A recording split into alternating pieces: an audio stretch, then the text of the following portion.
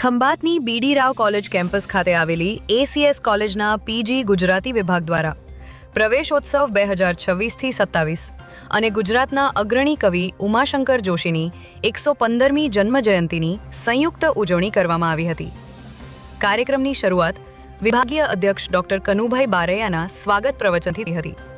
તેમણે નવા વિદ્યાર્થીઓનું ઉષ્માભર્યું સ્વાગત કરી ઉચ્ચ શિક્ષણ, સંશોધન અને શૈક્ષણિક સિદ્ધિઓ અંગે પ્રેરણાદાયી માર્ગદર્શન આપ્યું. કાર્યક્રમના મુખ્ય અતિથિ રાકેશ કુમાર સોલંકીએ કવિ ઉમાશંકર જોશીના જીવન, સાહિત્ય અને સર્જન યાત્રા પર પ્રકાશ પાડ્યો હતો. સાથે જ તેમની રચનાઓનું ભાવસગર ગાન રજૂ કરતા સમગ્ર હોલ તાળીઓના ગડગડાટથી ગુંજી ઉઠ્યો હતો. આ પ્રસંગે ડોક્ટર અશ્વિનભાઈ પટેલ સહિત અન્ય અધ્યાપકોએ પણ વિદ્યાર્થીઓને અભિનંદન પાઠવી ઉજ્જવળ ભવિષ્ય માટે શુભેચ્છાઓ આપી હતી.